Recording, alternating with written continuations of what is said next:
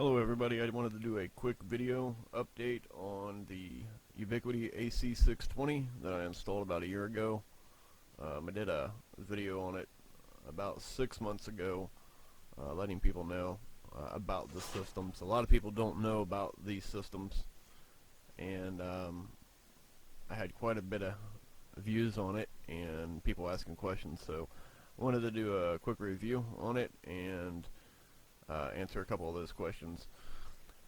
So after a year of using it, everything is flawless. I've not had any problems with it. No downtime, no blackouts, no stutters, nothing. I mean, it's been absolutely perfect. Just like having Time Warner plugged into my house.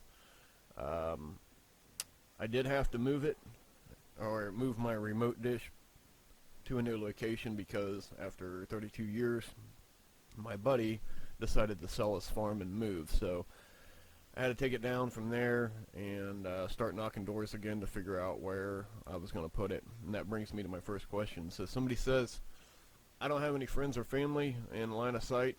How could I get internet? How could I get an internet account? Go knock on doors. You'd be surprised how many people want free internet, and all they have to do is let you put that dish up at their house and point it at yours. And that's what I did. I started knocking doors. Had an elderly gentleman 2 doors down from where it was at. I said, hey, here's my problem, here's what I have, and here's what I want to do. And he says, hell yeah, let's do it. I said, I'll give you free internet for giving me a small piece of real estate here. And he says, whatever you got to do. And I said, well, what I want to do is I want to put a tripod up on your roof. And he says, yeah, that's fine with me. And I said, cool, you're going to let me drill into your roof? And he says, yeah, as long as you do it right. So I did. I ordered the right equipment. I ordered a nice tripod off of Amazon. I ordered some 3-inch by 5-inch tar pieces that would go under the legs to keep the roof from leaking once you lag bolt it onto the roof. So got it installed, switched out all my Cat 6 cable with Cat 7. I really didn't need to, but it was only a couple bucks more, and I wanted to just future-proof it so I didn't have to mess with it down the road. So I got it up and running, and I'll do a quick speed test with you right now. And you'll see I am paying for 300 megabit download speeds, and you'll see that I'm getting that and a little bit more.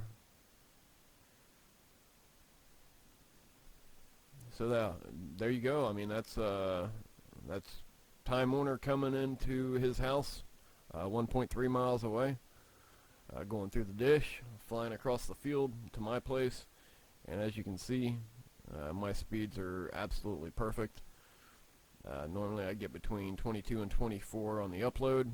Again, that's absolutely perfect. That's what I would be getting at the tap. Latency, there is not 1 millisecond more on the latency. I tested that by going over there and doing a test on the latency and then doing one here. No difference whatsoever. These things are absolutely spot on. I will log into the system here. I want to show you a couple things and answer another question. So somebody asked me, one guy asked me, how do you get the internet over there? How do you have an account somewhere else? And that goes back to the first question I just answered. You have to find somebody that will allow you to put a dish up. And he also asked, well, what's up over there? Same dish I have here, the AC620. When you're doing line of sight connections or a nano bridge, you have to buy 2 of those. They are really simple. Somebody asked me, can you do a video on the installation? I did do a video on the software side of the installation. That's the hardest part. The hardware side of the installation is pretty much self-explanatory. The system comes with a pole mount. If you've ever seen those old TV tower that they put antennas up on, it's the 3 posts that go way up in the air, and then it's got the old TV antenna up there. Those are the best towers to hook up to. That's what I had at the old place that I had it. But the new place that I have it now, it doesn't have one of those towers, so I had to buy a tripod, which is fine. It works absolutely perfect. But you have to put a dish at each end. It literally, the Time Warner coax comes into the house and into the modem. And then from the modem, you run your Ethernet cable through a little junction box, which is a PoE box, or Power over Ethernet. It plugs into there, and then a power cable plugs into that. You plug that into the wall, and then out the other side, the Ethernet comes out, goes out to the dish, and you're done. You come to the place where you want it, you put another dish up, Ethernet cable comes out of that, into the house, into your router, or straight into your computer, whatever you decide to have, and that's it. It's literally that simple. Still, you're going to have that little junction box on the local side where it plugs into the wall, and you're feeding power through the Ethernet to the system. So you don't have to have any external power systems. You don't have to run another cable to the dish. It's all done through Ethernet. Makes it super easy. If you're running long distances, I would say over 150 foot, I would go with Cat 7. So if I'm running from the modem to the dish, to the AC620, and it's over 150 foot, then you definitely want to go with Cat 7. If you're 150 foot or shorter, you can do Cat 6. The Cat 7 is made for gigabits of data and traveling long distances. So that's what it's for. Make sure when you buy your Ethernet, you get a exterior type Ethernet cable that's okay in the elements. Make sure it's shielded. I also bought some cable wrap that protects it even more, so that I don't have any worries about the sun drying it out and cracking it, or water penetrating it when it rains. The only thing that I have to be concerned about out here is the wind. If the wind's blowing 10 miles an hour in the city, it's 20 miles out here in the country, and we get some pretty hardcore winds. So far, I've hit about 83 miles an hour in the wind this last late summer, and it hasn't moved. It's spot on. Everything's working good. I've never had any problems with it. So, as far as a review after 1 year, I definitely recommend these systems. They are phenomenal. I have peace of mind knowing that when I need my internet, it's there. It runs 24/7 just like a regular cable connection would, and I'm getting everything that I'm paying for.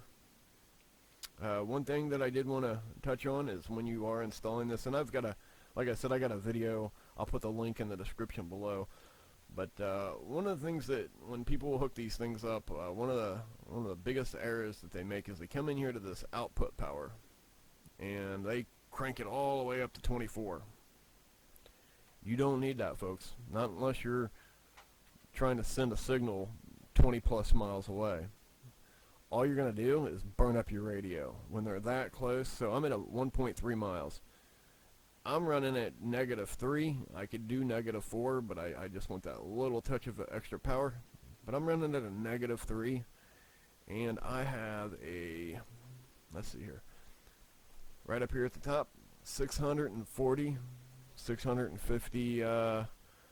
megabit throughput. That's what my system is capable of putting through at this moment. The system in general guarantees 750 megabit throughput, but with my alignment, which isn't exactly perfect, I can almost hit 650 megabit throughput. So yeah, don't crank the power up. You're doing more damage than good, and you're going to get a really shitty signal by doing that at a close distance like that.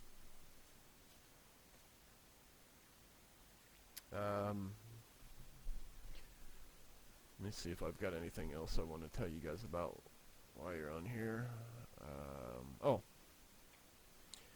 yeah, so some people, so if you're in an area where there's a lot of radio traffic, cellular or cordless phones, the old 5.8 and 2.4 gigahertz cordless phones, modems, routers, if you're in an area that has a lot of radio traffic, you can contact the FCC on the internet, and there's a little form you fill out.